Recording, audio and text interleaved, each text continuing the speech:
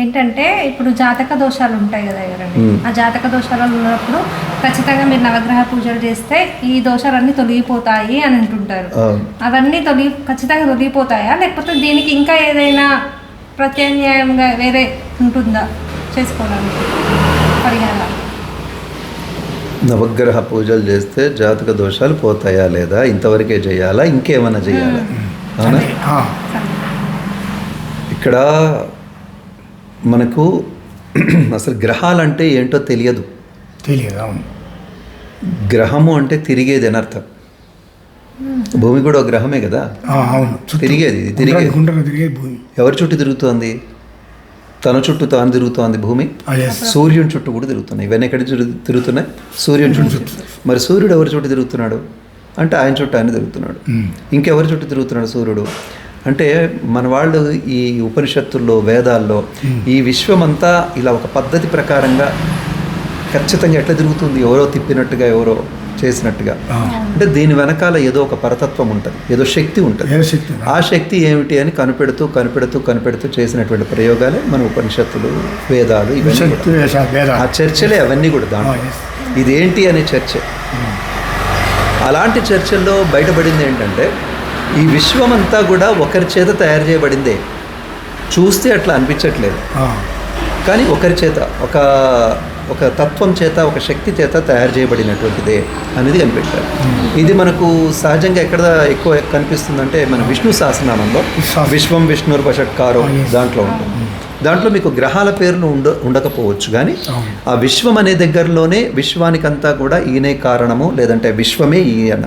విశ్వమే ఈయన అంటే మనం కూడా విశ్వమే కదా, విశ్వంలో ఉన్న వాళ్ళమే కాబట్టి మనం కూడా ఆయన. అందుకే మనం ఏం చెప్తాం, అంతరాత్మగా ప్రతి వారిలో భగవంతుడు ఉన్నాడు. ప్రతి వారిలో అంటే దాని అర్థం ఏంటి? జంతువుల్లో, పక్షుల్లో, వృక్షాల్లో అన్నిట్లో కూడా ఉన్నాడు. అన్నిట్లో కాదోయ్, నువ్వు చరాచర జగత్తు సమస్తంలో కూడా ఆయన ఉన్నాడు. అంటే జడంలో కూడా ఉన్నాడు అని. అన్నిట్లో జడం కూడా ఆయన స్వరూపమే, జడత్వం కూడా ఆయనదే చెప్పడం. అలా ఈ గ్రహాలన్నీ తిరుగుతూ ఉండడం ఏదైతే ఉందో, ఈ తిరుగుతున్న సూర్యుడు మన మీద ప్రభావం చూపిస్తున్నాడుగా. అవునా? చెమటలు పోస్తున్నాయి, సూర్యుడు చూపిస్తున్నాయి. చంద్రుడు చూపిస్తున్నాడు కదా. చంద్రుడు చూపించినట్టుగా, సూర్యుడు చూపించినట్టుగా వాళ్ళ వల్లనే మనకి ఋతువులు, వాతావరణాలు ఇవన్నీ మార్పులు వచ్చినట్టుగా ఇంకొంచెం దూరంలో ఉన్నటువంటి భూమి కూడా చూపిస్తోంది. భూతత్వం మనలో ఉందిగా. అదేవిధంగా ఇంకొంచెం దూరంలో ఉన్నటువంటి కొద్దిగా మనకు దృష్టికి అందనటువంటి ఈ గ్రహాలు కొన్ని ఉన్నాయి. అనేక గ్రహాలు ఉన్నాయి, కొన్ని కాదు. ఆ అనేకంలో మన వాళ్ళు ఏం చేశారంటే ప్రధానమైన వాటిని కొన్ని తీశారు. ఆ ప్రధానమైన వాటిల్లో ఈ 9 గ్రహాలని చూశారు, నవగ్రహాలు. ఈ ప్రధానంగా వీటిని ఎందుకు చూశారంటే వీటి ప్రభావం భూమి తర్వాత, చంద్రుడు, సూర్యుడి తర్వాత వాటి ప్రభావం మన మీద పడుతున్నప్పుడు ఎలా ఉంటుంది అంటే శని యొక్క ప్రభావం ఎలా ఉంది, సూర్యుడి యొక్క ప్రభావం ఎలా ఉంది, ఇలా చూస్తూ పోయినారు. అలా పరిశీలించడంలో మన వాళ్ళు ఈ విశ్వాన్ని ఎంత పరిశీలించారంటే విశ్వం మొత్తంలో కూడా సూర్య చంద్ర తత్వము,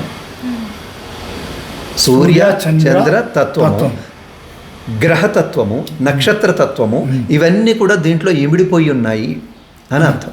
అంటే ఒక వేడి వాతావరణంలో పండే పంటలో వేడి ఉంటుంది, ఒక చలి వాతావరణంలో పండే పంటలో చలి ఉన్నట్టుగా ఈ విశ్వం మొత్తం కూడా గ్రహ ప్రభావం ఉంది అని మన వాళ్ళు పరిశోధకులు నిర్ణయించారు, పరిశీలించారు. మన పెద్దలు అంటే ఎవరు? జ్యోతిష్ శాస్త్రవేత్త. వీళ్ళందరూ కూడా మనకు వరాహమిహిరుడి పేరు తెలుసు కదా, అంతకంటే ఎన్నో తరాల ముందుగా బ్రహ్మ దగ్గర నుంచి. కాబట్టి ఆ విధంగా పరిశీలించిన తర్వాత కొంతకాలానికి ఏమైపోయిందంటే ఈ మనిషి పుట్టినప్పటి నుంచి అంటే ఎవరు ఎప్పుడు పుడితే ఎలా ఉంటారు అనే జ్యోతిష్ శాస్త్రంలో కనిపెడుతూ ఏ గ్రహం ఎక్కడ ఉంటే ఎలాంటి ప్రభావం చూపిస్తుంది, ఒకడు గొప్పవాడు కావడానికి కారణం ఏంటి, ఒకడు కాకపోవడానికి కారణం, అది ఎప్పుడు చూడాల్సి వస్తుంది, అసలు ఎందుకు చూడాల్సి వస్తుంది అంటే కేవలం నీ కోసం నా కోసం ఏం చూడలేదు. అది ఎవరి కోసం చూసారంటే ఇప్పుడు రాజుకు 10 మంది కొడుకులో 9 కొడుకులు ఉంటాయి. ఈ 9గురిలో ఎవరికి ఆ నాయకత్వాన్ని లేదంటే రాజ్యాన్ని అప్పగిస్తే ఈ రాజ్యం బాగుంటుంది అన్నప్పుడు వాళ్ళలో ఎవరు దక్షుడో చూడాల్సి వచ్చినప్పుడు వాడి జాతకం కావాల్సి వచ్చింది. జాతకం కోసం. ఎందుకంటే అల్పాయుష్ ఉందనుకోండి, ముఖ్యంగా అల్పాయుష్ ఉందనుకోండి, వాడికి రాజ్యాధికారం అప్పచెప్పిన 4 రోజులకే చనిపోతే రాజ్యం పరిస్థితి. కాబట్టి అప్పుడు జ్యోతిష్య పరిశీలన, అలా అంటే వ్యక్తుల మీద జ్యోతిష పరిశీలన ఈ విధంగా వచ్చింది. అది సరే, చివరికి ఈరోజు మనం కూడా పుట్టగానే నక్షత్రాలు అవన్నీ కూడా తెలుసుకుంటాం. ఇప్పుడు రాముడు పునర్వసు నక్షత్రం, కృష్ణుడు రోహిణి నక్షత్రం, ఇట్లా మనం తెలుసుకుంటూ ఉన్నాం. అయిపోయింది. ఇంతవరకు బాగానే ఉంది, దీంట్లో తప్పు అస్సలే లేదు, ఎక్కడ కూడా తప్పు లేదు. కానీ ఎక్కడ తప్పు జరిగింది అంటే మనకే తెలియకుండా 50 సంవత్సరాల నుంచి సమాజం అంతా ఒక పక్కదోవ పట్టింది. ఏమిటా పక్కదోవ అంటే ఏ గ్రహం బాగలేకపోతే ఆ గ్రహానికి పూజ. ఇది చాలా దారుణమైన విషయం. ఎందుకు దారుణమైన విషయము అంటే అసలు నవగ్రహాలు అంటే ఏంటో మనం ముందు ఇందాక తెలుసుకున్నాం. విశ్వం యొక్క స్వరూపం, పరతత్వం యొక్క స్వరూపం, సత్యం యొక్క స్వరూపం అని తెలుసుకున్నాం. అయితే అదేవిధంగా ఈ నవగ్రహాలు ఏవైతే ఉంటాయో వీళ్ళందరూ ఎవరు అంటే అహోరాత్రాణి పార్శ్వే నక్షత్రాణి రూపం అని పురుష సూక్తంలో ఉంటుంది. అంటే ఈ రాత్రి పగలు నక్షత్రాలన్నీ కూడా ఆయన స్వరూపమే. నక్షత్రాలన్నీ ఆయన స్వరూపమే అయినప్పుడు మరి గ్రహాలు నక్షత్రమే ఆయన స్వరూపం. నక్షత్రం కంటే గ్రహం తక్కువదే కదా, గ్రహాలు కూడా ఆయన స్వరూపం. అయితే ఇప్పుడు నక్షత్ర ప్రభావం నీకు ఎట్లా ఉంటుంది? నక్షత్ర స్వభావము అనేది ఇంకా నీ భూమిక అన్నట్టు, అంటే నీ నేచర్ అంటారే, ఆ నేచరే నక్షత్రం. మనిషి యొక్క నేచర్ నక్షత్రం. ఆ నేచర్ మీద ఇంకేమేం ప్రభావాలు చూపిస్తే అది గ్రహ ప్రభావం.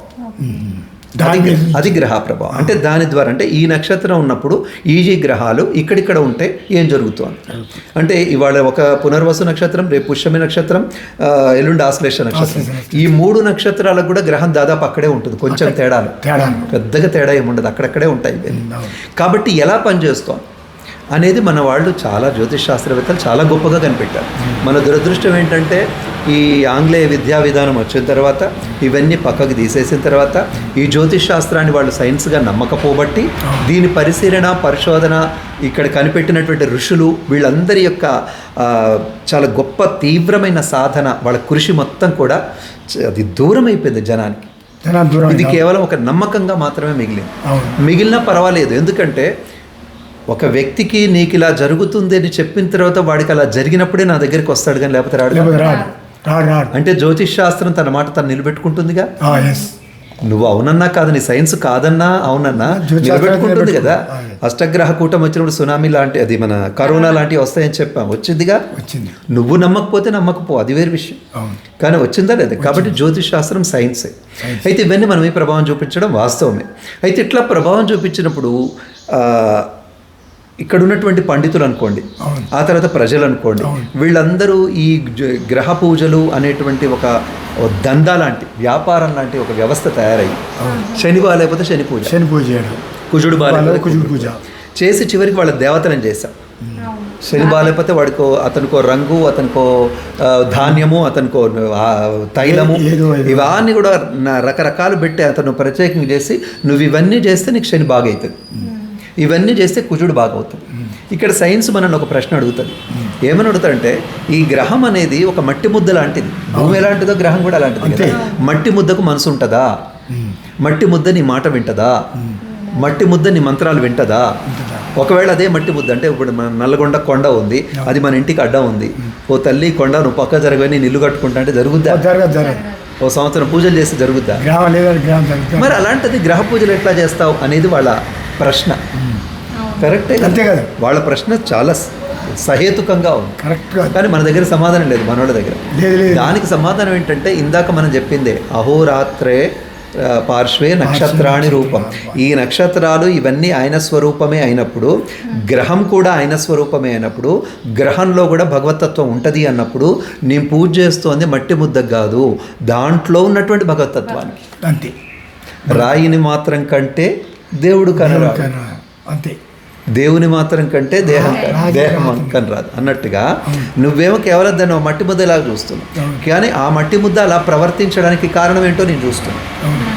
దాన్ని నువ్వు గులాబీ పువ్వులాగా మాత్రమే చూస్తున్నావు, కానీ ఈ గులాబీ పువ్వు ఇలా రావడానికి, నా చేతికి అందడానికి, ఈరోజు నన్ను ఆనందింపజేయడానికి గల కారణం ఏంటో నేను వెతుక్కుంటున్నాను. దాని ఆ కారణాలు వెతుక్కుంటే దీనికి నాకు ఏదో సంబంధం ఉందని నాకు అనిపిస్తోంది. అలా వాటికి మనకున్నటువంటి ఆ సంబంధాన్ని మన వాళ్ళు కనిపెట్టిన తర్వాత ఇంతవరకు బాగుంది. అయితే గ్రహ పూజలు అనేవి అసలే లేవా అంటే లేవని కాదు, ఉన్నాయి. కానీ ఒకప్పుడు మనకు ఎట్లా ఉండే గ్రహ పూజలు, ఏ బ్రహ్మోత్సవాలు చేసినప్పుడు, ఇంకేదైనా ప్రతిష్ట కార్యక్రమాలు చేసినప్పుడు, ఉదాహరణకి రామాలయం కడుతున్నాం, శివాలయం కడుతున్నాం, అక్కడ పరమేశ్వరుని ప్రతిష్ఠ చేస్తున్నాం. సాక్షాత్తు పరమేశ్వరుని ప్రతిష్ఠ చేస్తున్నప్పుడు అంటే ఈ వీటన్నిటికీ కూడా అఖిలాండ కోటి బ్రహ్మాండ నాయకుడు అనుకునేటువంటి స్వామి ఇక్కడికి వస్తున్నప్పుడు ఆయన అంగదేవతలందరూ రావాల్సిందే, వాళ్ళందరినీ పిలవాల్సిందే. కాబట్టి వాళ్ళందరినీ కూడా పిలుస్తాం, వాళ్ళందరికీ పూజ చేస్తాం, వాళ్ళందరికీ వాళ్ళకు ఉద్వాసన కూడా చెప్తాం. నాయన మీరు వచ్చారు, చాలా సంతోషం, వెళ్ళిపోండిరా బాబు, కార్యక్రమం బాగా జరిగింది అంటాం. ఒకప్పుడు అంతవరకు మాత్రమే ఉండేది. కానీ ఏంటో చాలా విచిత్రం, నువ్వు శనికి పూజ చేయి, గురువుకు పూజ చేయి అని చెప్పడం మొదలుపెట్టారు. అయితే ఇక్కడ బాగా గమనించాల్సింది ఏంటంటే ఈ గ్రహాలన్నీ ఏవైతే ఉంటాయో అవి కేవలం జ్యోతిష్యులకి సమాచారం అందించడానికి పనికొచ్చేటువంటి ఒక మైలురాళ్ల లాంటివి మాత్రమే జ్యోతిష్యం. తర్వాత ఈ గ్రహాలన్నీ ఏవైతే ఉంటాయో దీనికి మొత్తం పరతత్వము లేదంటే పరమేష్ఠి అనుకునేటువంటి పరమాత్మకు లోబడి పనిచేసేటువంటి ఉద్యోగులు మాత్రమే. మీరు ఒక ఆఫీసులో పనిచేస్తున్నప్పుడు ఆఫీసర్ కింద మీరు పనిచేస్తున్నప్పుడు ఆ ఆఫీసర్ మీకేం చేశాడు, లేదయ్యా రేపటి నుంచి నువ్వు రావద్దనో లేదంటే పలానా డిస్మిస్ చేస్తున్నారని నీకు ఇచ్చినప్పుడు ఎందుకు సార్ అని మీరు వాదిస్తారు. ఆయన అప్పుడు చెప్తారు ఇదంతా నాకు సంబంధం లేదు, పై ఆఫీస్ వచ్చింది కాబట్టి.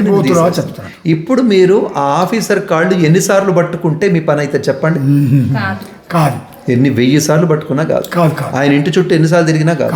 ఆయనకి మీరు ఎన్ని గిఫ్టులు తీసుకుపోయి ఇచ్చినా కాదు. మరి ఏం చేయాలి? పై ఆఫీసర్ దగ్గర పోవాలి.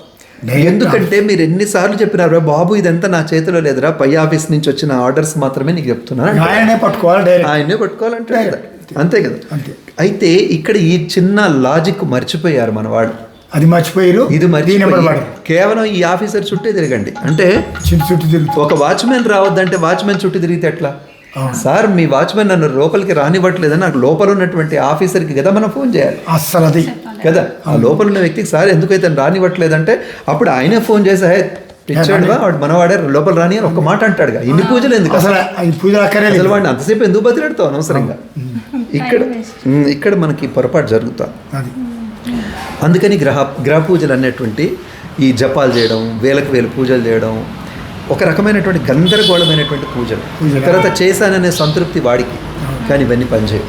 ఎందుకు పనిచేయవంటే పాపం వీళ్ళ పని వీళ్ళు చేస్తున్నారు, చేయకూడదా? శని పని శని చేస్తున్నాడు. బాబు ఈ సంవత్సరం నువ్వు కృష్ణారావు గారికి 1,00,000 రూపాయలు ఇవ్వాలి అని శనికి పరమాత్మ చెప్పాడు. ఇయ్యొద్దా మరి? లేదా పలానా వాడి దగ్గర నుంచి 1,00,000 రూపాయలు తీసేసుకో అని చెప్తున్నాడు. చెయ్యొద్దా? ఆయన పని ఆయన చేయాల్సింది కదా. పోలీస్ ఆయన పని ఆయన చేస్తాడు కదండి, పైన ఆర్డర్ అట్లా చేయాలి. కాబట్టి మనం ఎవరిని బతిలాడుకోవాలి? బతిలాడు. మరి ఎందుకు ఇట్లాంటి వ్యవస్థ వచ్చింది అంటే ఒకప్పుడు ఉన్నట్టుగా దైవం మీద విశ్వాసం కానీ, ఒకప్పుడు ఉన్నట్టుగా ప్రతినిత్యం దేవతార్చన ఇలాంటి కార్యక్రమాలు మన ఇండ్లలో మృగ్యమైపోయినాయి. ఎప్పుడైతే ఇలా మృగ్యమైపోయినాయో ఏం చేయాలో తోచక అప్పటికప్పుడు, అంటే అన్ని రోజుల నుంచి వాడికి భక్తే ఉండదు, అప్పటికప్పుడు వాడి భయం మొదలవుతుంది. ఈ భయం మొదలై ఏం చేయాలో అర్థం కాదు. ఇప్పుడు పోయి నువ్వు శివుడు పూజ చేసుకో, రాముడు పూజ చేసుకో, కృష్ణుడు పూజ చేసుకుంటే వాడు చేయడు. కాబట్టి నీకు శని బాలేదు కదా, శని పూజ చేయి.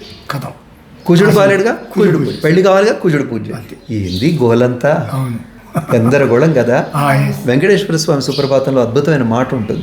గ్రహములన్నీయు నీ అనుగ్రహము పొందా అష్టదిక్పాలకులందరూ నిష్టతోడ నీదు పుష్కర స్నానమాడ నిలచినారు వేగరావయ్య శ్రీ వెంకటేశ ఏదో ఉంటుంది. అంటే ఇక్కడ నేనేం చెప్తున్నా అంటే అష్టదిక్పాలకులైనా నవగ్రహాలైనా ఆయన యొక్క పుష్కర స్నానం చేసి పుణ్యం చేసుకొని ఆయన్ని దర్శించాలని ఎదురు చూస్తున్నాయి. అలాంటి ఉద్యోగులు వీళ్ళంతా. అలాంటి ఒక చిన్న ఉద్యోగులు, అట్లాంటి వాళ్ళని శనీశ్వరుని చేసి కుజుడికి ఒక గొప్ప స్థితి కల్పించి ఆయనకో పుట్టినరోజులు, ఈయనకో పుట్టినరోజులు, ఆ సందర్భంగా వాళ్ళకి చేసేటువంటి పూజలు, ఇవన్నీ కూడా ఎన్నో రకాలుగా జనాన్ని గందరగోళపరుస్తున్నారు. అంటే మీరు అంటారు మరి ఇప్పుడు ఏం చేయాలండి అంటారు. ఏం చేయాలి దీనికంటే నువ్వు ఏదైతే భగవద్ ఆరాధన చేస్తున్నావో, కృష్ణ భక్తుడువో విష్ణు భక్తుడువో, పంచాక్షరి రక్షించదా? అష్టాక్షరి రక్షించదా? ద్వాదశాక్షరి రక్షించదా? నారదుడు ప్రబోధిస్తే ధ్రువుణ్ణి గ్రహాలన్నిటికంటే అతీతంగా అక్కడ నిలబెట్టినటువంటి మంత్రం ద్వాదశాక్షరి, అది రక్షించదా? అంతకంటే శని మంత్రం గొప్పదా? అంతకంటే ఈ నవగ్రహాల మంత్రాలు గొప్పవా? ఏమన్నా అర్థం ఉందా? ఎందుకు ఇలా పక్కదో పట్టిస్తున్నాం జనాల్ని? అంటే జనానికి కూడా ఇదే అలవాటు అయిపోయింది. ఇవన్నీ నేనేమంటా అంటే చిన్న చిన్న చిట్కా వైద్యం అంటారు. అంటే మనం తలనొప్పి వచ్చినప్పుడు జండు బామ్ వాడతాం. అవును. జండు బామ్ వాడితే తలనొప్పి పోతుందా? పోదా? అప్పటికప్పుడే పోతుంది. కానీ అదే మైగ్రేన్ పెయిన్ అయితేనో, సైట్ వల్ల వచ్చిన తలనొప్పి అయితేనో, బ్రెయిన్ ప్రాబ్లం అయితేనో నువ్వు 1000 జండు బాములు వాడినా పోదు. దానికి మూల కారణం తెలుసుకోవాల్సిందే. అదేవిధంగా ఇప్పుడు చేస్తున్న గ్రహ పూజలన్నీ చిట్కా పూజలు. ఇప్పుడు ఇందాక అన్నావు గ్రహ దోష పూజలు చేస్తే సరిపోతుందా? ఇట్లా ఈ చిట్కా పూజలు ఏం సరిపోతుంది? సరిపోదు. ఈ చిట్కాలు ఎన్ని వేసుకుంటే సరిపోతుంది? ఎన్ని జండు బాములు ఎన్ని వాడితే సరిపోద్ది? కాబట్టి ఏదైనా ఒక మంత్రం తీసుకో. ఒక మంత్రం, ఒక గురువు, ఒక దైవం. ఒక గురువు, ఒక దైవం, మంత్రం. ఈ మూడు మనల్ని తప్పకుండా రక్షిస్తాయి. దైవం, గురువు, మంత్రం, దైవం. గురువు, మంత్రం, ఈ మూడు ఉంటే చాలు. దీన్నే విశ్వనాథ సత్యనారాయణ వారు రామాయణ కల్పవృక్షం రాసే సందర్భంలో చాలా అందంగా చెప్పారు. ఏమని చెప్పారంటే, రామానుగ్రహం ఉన్నచో ఏ గ్రహం ఏమి చేయను. చాలు.